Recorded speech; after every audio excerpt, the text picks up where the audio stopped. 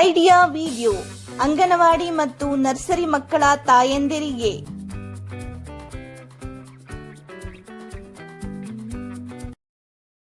ನಮಸ್ಕಾರ.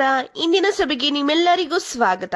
ಕಳೆದ ವಾರದ ಐಡಿಯಾ ವಿಡಿಯೋ ನಿಮಗೆ ಇಷ್ಟವಾಗಿದೆ ಎಂದು ನಾವು ಭಾವಿಸುತ್ತೇವೆ.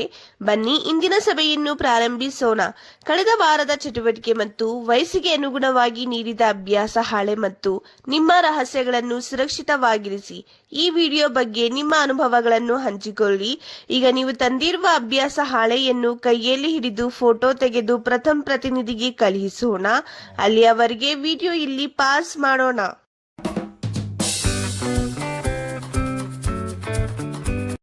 ಬನ್ನಿ ಮುಂದಿನ ಚಟುವಟಿಕೆಯನ್ನು ಮಾಡೋಣ.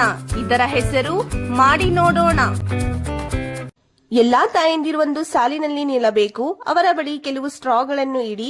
ಸ್ವಲ್ಪ ದೂರದಲ್ಲಿ ಟೇಬಲಿನ ಮೇಲೆ ಪ್ರತಿ ತಾಯಿಯ ಮುಂದೆ ಒಂದು ಬಾಟಲಿಯನ್ನು ಇಡಿ.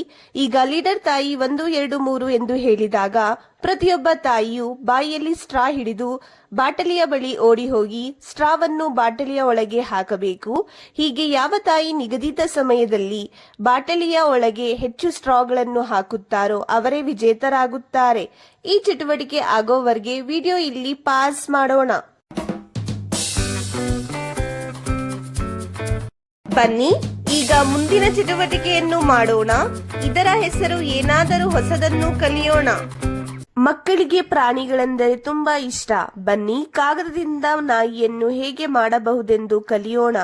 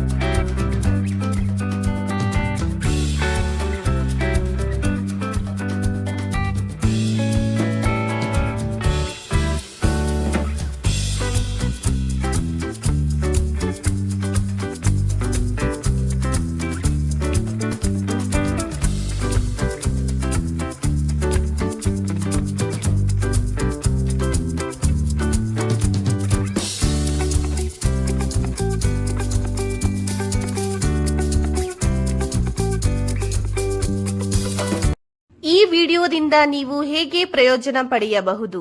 ಎಲ್ಲಾ ತಾಯಂದಿರು ಗುಂಪಿನಲ್ಲಿ ಹೇಳಿ.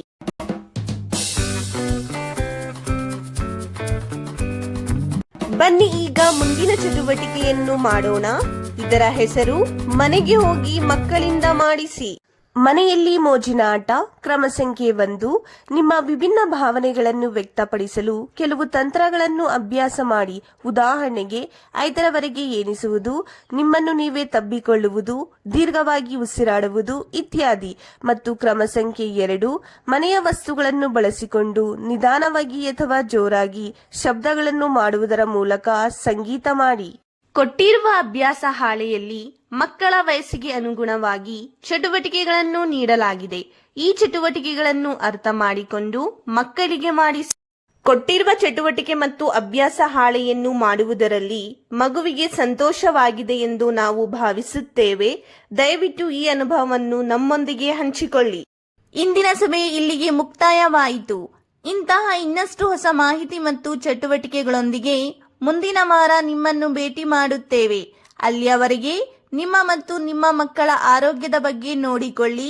ಧನ್ಯವಾದಗಳು.